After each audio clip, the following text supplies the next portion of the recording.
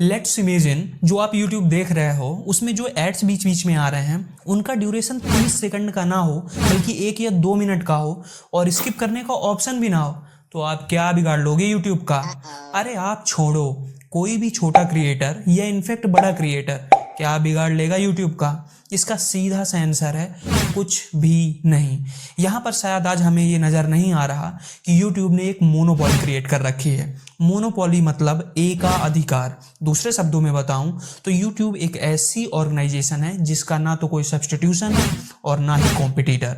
सिर्फ एक ही पर्सन या ऑर्गेनाइजेशन के राज होने की स्टेट को मोनोपोली कहते हैं।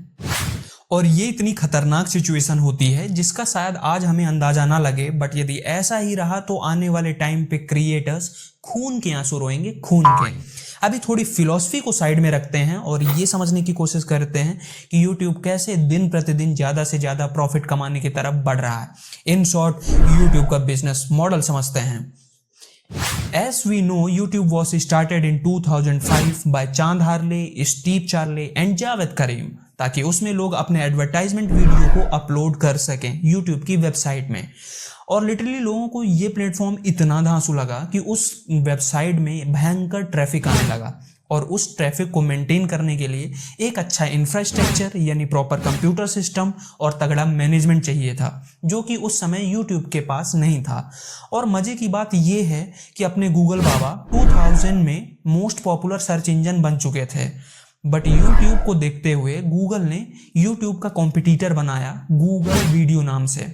बट क्या है ना भैया, गूगल के पास world class computer and management system तो था, बट उनके पास YouTube जैसा लोगों का ट्रैफिक बिल्कुल नहीं था। गूगल ने सोचा कि YouTube को ज़रूरत है कंप्यूटर और मैनेजमेंट की, जो कि अपने पास तगड़ा है, और हमें चाहिए लोगों का ट्रैफिक। तो हम क्यों टाइम पास कर रहे हैं गूगल वीडियो में, सीधा खरीद लेते हैं YouTube को। नवंबर 2006 $1.65 बिलियन इन स्टॉक के दहेज के बदले में वधू YouTube वर गूगल की हो गई स्वाहा।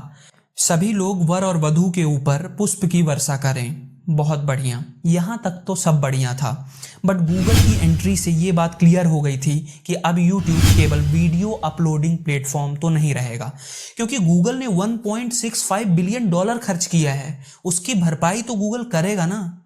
तब ऑफिशियली इंट्रोड्यूस किया गया जो बीच बीच में एड्स आते हैं उन्हें, जिसे नाम दिया गया एडवर्टाइजिंग का।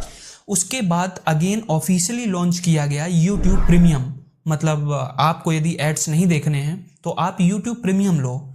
अच्छी ज़बरदस्ती है। उस समय ये लोगों को बहुत बुरा लगा, बट मैंने कहा ना कि मैं, आप या कोई क्रिएटर ना उस समय YouTube का कुछ बिगाड़ सकता था और ना अभी, क्योंकि सब्स्टिट्यूशन ही नहीं है। कहाँ जाओगे YouTube को छोड़ के।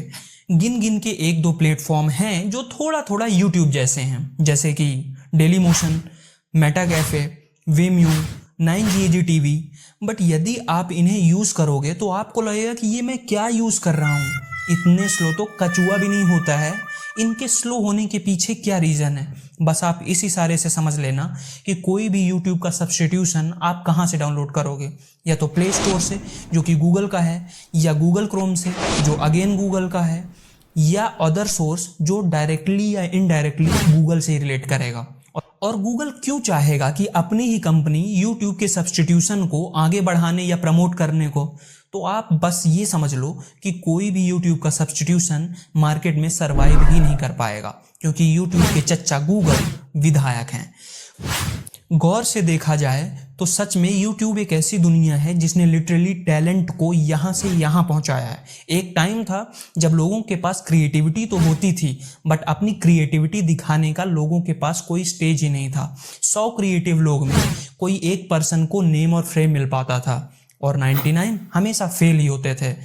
YouTube के आने से ये प्रॉब्लम तो सॉल्व हो गई, बट किसी भी चीज़ का सब्स्टिट्यूशन हमेशा से ज़रूरी नहीं, आवश्यक होता है, क्योंकि आज लोग अपना पूरा कैरियर छोड़कर YouTube की तरफ बढ़ रहे हैं, जो कि गलत नहीं है। बट इन फ्यूचर YouTube अपनी पॉलिसी में, अपने एल्गोरिथम में क्या चेंज कर दे ये किसी को नहीं पता, और उससे क्रिएटर को कितना नुकसान होगा उससे YouTube को ज़रा भी फर्क नहीं पड़ेगा।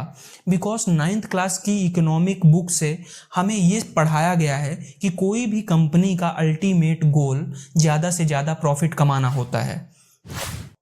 आई होप कि आप भी इस प्रॉब्लम को समझे होंगे, आपको भी ये चीज़ें रियलाइज़ हुई होंगी। आज के लिए इतना ही रखते हैं। राम राम।